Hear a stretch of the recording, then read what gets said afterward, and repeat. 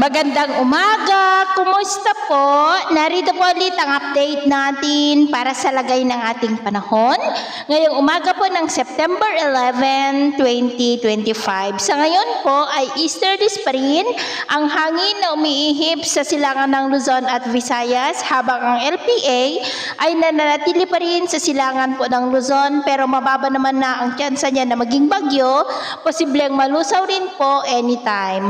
Sa silangan naman po ng Mindanao ay mayroong namumuo na intertropical convergence zone and within that ITCZ ay may nagbabanta pa rin na mabuo na posibleng lalakas pero sa ngayon ay hindi pa naman nakitaan na tatama sa ating kalupaan. Ngunit atin lamang pang babantayan ang development niyan at ang susunod na bagyo sa loob ng Philippine Area of Responsibility ay tatawagin po sa local name na Mirasol at ito naman ay pinapakita ng forecast model nating ginagamit hanggang po sa susunod na 2 linggo.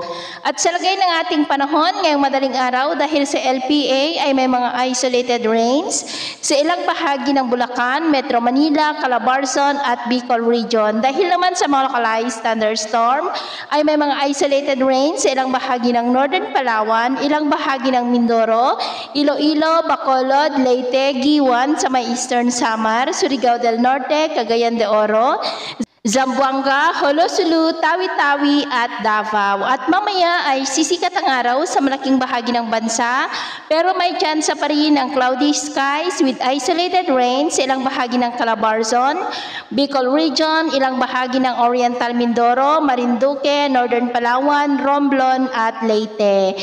At mamayang hapon, mas maraming lugar ulit ang makakaranas ng mas maulap na kalangitan with isolated rains. Kaya kung lalabas tayo sa ating mga tahanan, ugaliin lamang po natin lagi ang magdala ng kahit anong panangga natin sa init ng araw at proteksyon na rin po sa mga biglaang buhos ng ulan.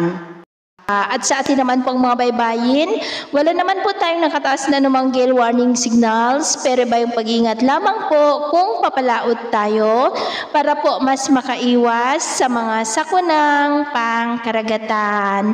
So ito ang latest update natin sa araw na ito. At ako pumuli si James na nagsasabing sa kahit na pagsubok po na darating sa ating buhay, huwag po tayong mawawalan ng pag-asa. Thank you and God bless.